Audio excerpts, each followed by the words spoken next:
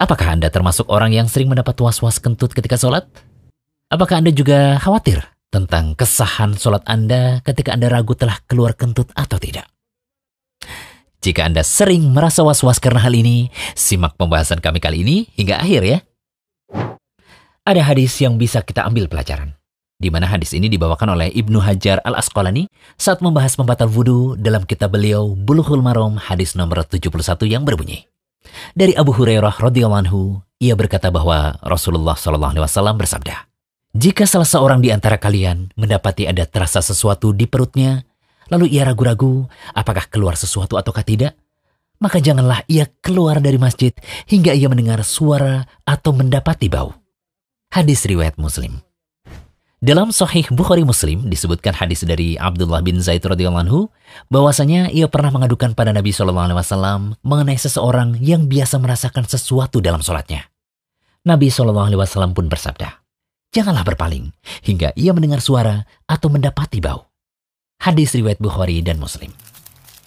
Pelajaran pertama yang bisa kita ambil dari hadis tadi yaitu orang yang dalam keadaan suci, jika ia ragu apakah ia berhadas ataukah tidak, dan itu masih dalam taraf ragu-ragu, maka ia tidak diharuskan untuk berwudu.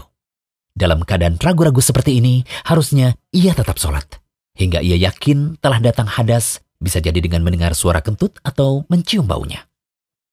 Dari hadis ini pula kita tahu bahwa kentut itu membatalkan wudu, baik jika hanya keluar berupa bunyi saja atau bau saja.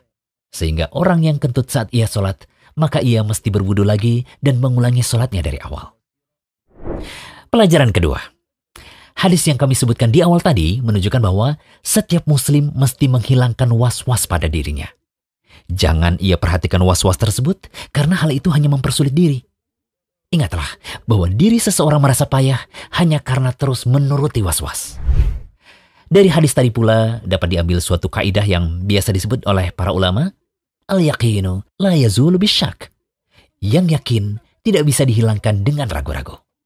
Abu Dawud berkata, "Aku pernah mendengar Imam Ahmad ditanya oleh seseorang yang ragu mengenai wudunya. Imam Ahmad lantas berkata, jika ia berwudu, maka ia tetap dianggap dalam kondisi berwudu sampai ia yakin berhadas. Jika ia berhadas, maka ia tetap dianggap dalam kondisi berhadas sampai ia berwudu." Ingatlah bahwa salah satu di antara senjata setan untuk merusak manusia adalah dengan penyakit was-was.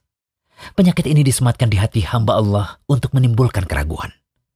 Dengan metode ini, setan bisa dengan mudah menggiring seorang muslim untuk mengulang-ulang ibadahnya. Ada yang mandi besar sampai sekitar 1 jam, ada yang mengulang-ulang gerakan wudu karena merasa ada bagian yang kering atau tidak terbasuh dengan sempurna, ada yang berwudu berkali-kali karena merasa ada yang keluar dari dubur, ada yang buang air kecil setengah jam karena merasa tidak tuntas, ada yang gonta-ganti celana karena merasa ada yang menetes. Ada juga yang mengulang-ulang takbiratul ihram karena merasa belum niat. Ada yang membaca Al-Fatihah berulang-ulang dengan susah karena merasa tidak benar. Bahkan bisa jadi ada yang sampai teriak-teriak, "Saya tidak menalak istri," karena menyangka telah melontarkan kalimat cerai dan seterusnya. Subhanallah. Anda bisa bayangkan, sungguh betapa malangnya mereka. Untuk bisa melakukan satu ibadah, ia harus susah payah mengulang-ulang karena perasaan tidak tenang. Penyakit was-was ini selalu menggelayuti hatinya dalam beribadah. Anda termasuk yang sering memiliki was-was? Silakan ingat kaidah penting yang kami sebutkan tadi.